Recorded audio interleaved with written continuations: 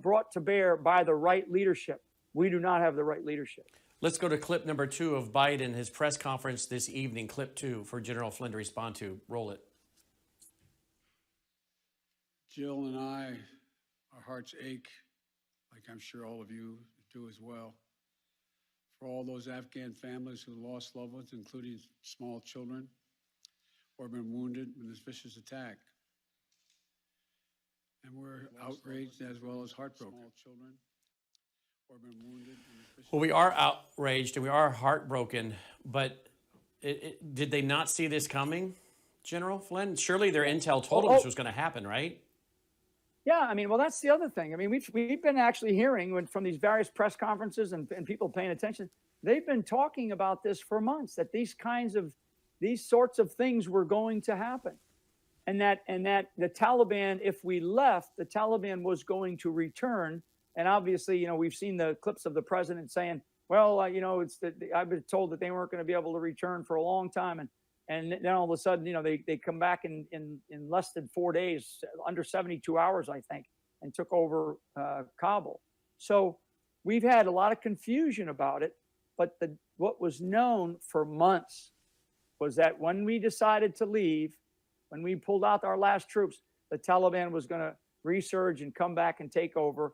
And that, there was a prayer out there that the Afghan army would stand up and the Afghan police would stand up. And both of those elements, the police and the Afghan army, they've lost a lot of guys. They've lost a lot of men and women, particularly men. I mean, hundreds and thousands of losses of life. So all of this was known. Back to what I said about the military tactics of what should you do, knowing this information, knowing those are the assumptions that you make. Then what steps do you take to get out of there and to get American citizens out of there as cleanly and as safely as possible in a timeline that we dictate, not that is dictated to us. The Taliban is dictating this timeline to us. The Taliban said, you lost, we won, get out. That's what they're saying. And what is this administration doing? Basically putting our American, in this case, the American tail between our legs because of Joe Biden, and we're leaving. And in one of his speeches, I think it was last week, towards the middle or towards the end of last week, he's actually talking about trading with the Taliban. He actually mentioned the word, well, maybe we can trade, maybe we can develop different, relationships with them, and maybe there's a trading partnership in the future. I mean, I'm paraphrasing a little bit, but it was close to that. I mean, that's nuts. That's crazy thinking. Asinine. Let's roll clip 3, please. To those who carried out this attack, as well as anyone who wishes America harm, know this: we will not forgive. We will not forget. We will hunt you down and make you pay. I will defend our interests and our people with every measure at my command. I don't think they're scared. We will hunt you down. We will find you. I mean, he will use every measure at his command. He had the chance to use every measure at his command, as you've already stated. But do you really think he's going to track these people down? Yeah, they're not afraid. I'll tell you what, I know this. I know this enemy. They are not afraid. They are not afraid of this president. Believe me, this president does not have a stick, nor does he have a carrot. He's got nothing right now, and he's put the lives of men and women in the military at risk. He's put certainly over 1,000 Americans who are still behind enemy lines at risk, and so they are not afraid. And for him to say that when he has all the capabilities, he's got all the capabilities. We're not being allowed to apply those capabilities. And when I say apply them, those are primarily military capabilities. So our military is not being allowed to apply those. Obviously, it's stunningly obvious if anybody's even paying remotely attention to this. Let's roll clip 4. Go with 4. Over the past few weeks, I know many of you are probably tired of hearing me say it. We've been made aware by our intelligence community that the ISIS-K an arch enemy, the Taliban, people who were freed when both those prisons were opened, has been planning a complex set of attacks on United States personnel and others. This is why, from the outset, I've repeatedly said this mission was extraordinarily dangerous, and why I've been so determined to limit the duration of this mission. As General McKenzie said, this is why our mission was designed, this is the way it was designed to operate. Operating under severe stress and attack. We've known that from the beginning. This is the way it was designed to operate. Intel told us that ISIS-K is the arch enemy of the Taliban, and they were planning attacks. Well, then, if they knew this in advance, how did this all happen? I mean, again, ISIS-K is the arch enemy of the Taliban. I'm not sure I believe that, General Flynn. No, I don't believe it, and nobody should believe that. Nobody should believe that. And you know what you'll ask if somebody actually asked a legitimate question, like you're asking about, what's the difference between these guys of anybody in the White House? None of them would be able to say it. And if they said, oh yes, these guys are from here and these guys are from here, this is a radicalized Islamist ideology. That's what we're facing. You can put whatever acronym you want. These guys coordinate, they cooperate, and they fight in a very coherent manner. The Taliban and the Haqqani network and the ISIS, all of the various characters, those that are from the Middle East, those that are from North Africa, these are different parts of this radicalized Islamist ideological group, and they are all massed right now in Afghanistan. And I will tell you, there's probably a call to arms going around the radicalized Islamist world to come to Afghanistan, because it's going to be a heyday for us here. That's how bad this is. And that's what will happen. That is what is happening. And so these networks of like-minded radicalized Islamists, they are working together. If the Taliban didn't want that bomb to go off today, those bombs, plural, it wouldn't have gone off. And for the intelligence community to pretend, or for Biden to pretend, and that clip that you just stated, there's a little subtle message there. You know, basically General McKenzie said, meaning it's General McKenzie's problem. The way that Biden, in a very subtle way, avoided responsibility for this disaster today was really the big tell, the big message out of today. He kept pushing the decisions or the responsibility to somebody else, and where he was pushing it to was to the military. So if I were Frank McKenzie, I'd watch my rear end, because they're gonna put the blame on somebody. And frankly, you should resign. He should resign, but Biden should as well. But none of that's going to happen. None of that's going to happen. These people are going to seek a way out. They're going to hope that the media doesn't cover any of this. And in another week or two, this will all be passed. And now we're going to start to see, and I mean this, we're going to start to see other things popping up. Like we're going to see more noise about COVID lockdowns. We're going to be seeing more noise about vaccine passports. We're going to see more noise about Nancy Pelosi's insurrection crucifixion. And the media is going to start covering that stuff. And they're going to try to avoid the disaster that's going on in Afghanistan. And what's going to happen is we're going to leave hundreds, if not 1,000 or more American citizens behind. And the military and the White House and people like Jen Psaki are going to be, they're going to be saying, well, look at how many airplanes we flew out. Look at how many people we flew out. Look at all the numbers to try to divert attention away from the disastrous ending to 20 years of war. And I will tell you, that chapter may end, Brandon, and for the listeners, that this chapter of this history of America may end, but this book is not yet finished. Okay? Let's roll. And go ahead. Let's roll clip 5. Operating under severe stress and attack. We've known that from the beginning. And as I've been in constant contact with our senior military leaders, and I mean constant, round the clock, and our commanders on the ground and throughout the day, They made it clear that we can and we must complete this mission, and we will. And that's what I've ordered them to do. We will not be deterred by terrorists. We will not let them stop our mission. We will continue the evacuation. I've also ordered my commanders to develop operational plans to strike ISIS-K assets, leadership, and facilities. We will respond with force and precision at our time, at the place we choose, in the moment of our choosing. Here's what you need to know. These ISIS terrorists will not win. We will rescue the Americans there.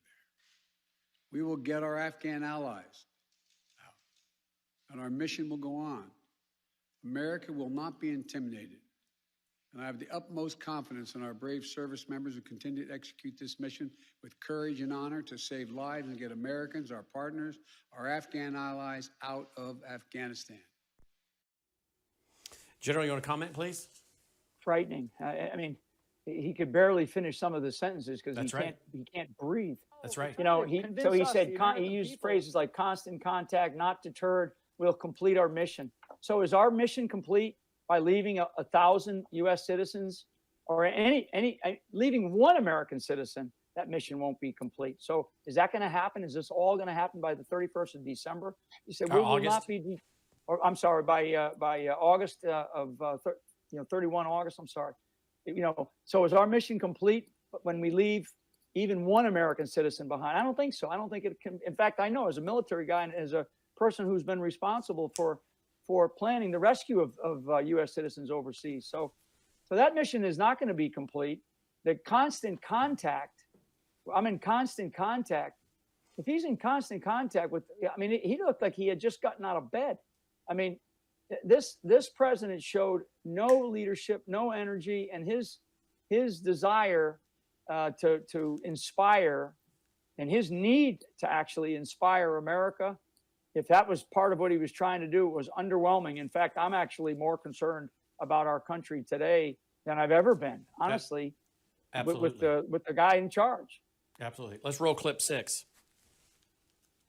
May God bless you all, and may God protect the troops and all those standing watch for America. We have so much to do. It's within our capacity to do it. We just have to remain steadfast. Steadfast. We will complete our mission, and we will continue after our troops have withdrawn to find means by which we can find any American who wishes to get out of Afghanistan. We will find them and we will get them out. Ladies and gentlemen, they gave me a list here. The first person I was instructed to call on was Kelly O'Donnell of NBC. Okay, so first of all, he's got to be instructed who to call on. But notice, General Flynn, he said after our troops are out, then we'll go and get any Americans. Then we're gonna go back in. I mean, that's why this is nuts. This is a person in charge of this country that should not be in charge of this country. There's no way in the world that, as they try to force down our throats, that 80 million people voted for this guy. Yeah. No way in the world. And that's why I say elections have a consequence, and fake elections could have a grave consequence for this country as we continue to shift towards our own ideology away from democracy towards socialism and communism. Absolutely. I mean, just listen to the tone of the president's voice and the way he carried himself there today. And then, the whole business about I've been instructed to call on this list of people. And the reason why, Brandon, and having been there, okay, so having been in that environment in the White House and having been in other very senior leader environments like that. So the reason why he was instructed was because the people that he called on, with the exception of one young guy at the end from Fox, the people that he called on, they all had questions that were pre-prepared by the White House. And I guarantee during the course of the hour or two prior to that press conference, Biden went over all of those questions. He was given those questions. He went through canned answers for them, so he knew how to do that. That's how they operate. That's how he had a notebook and he was flipping his pages, I think, to find who to call on, what the question was going to be, and what his answer was to be. Let's roll the clip number 7, please. Thank you, Mr. President. There's been some criticism, even from people in your party, about the dependence on the Taliban to secure the perimeter of the airport. Do you feel like there was a mistake made in that regard? No, I don't. Look, I think General McKenzie handled this question very well. Suicide. The fact is that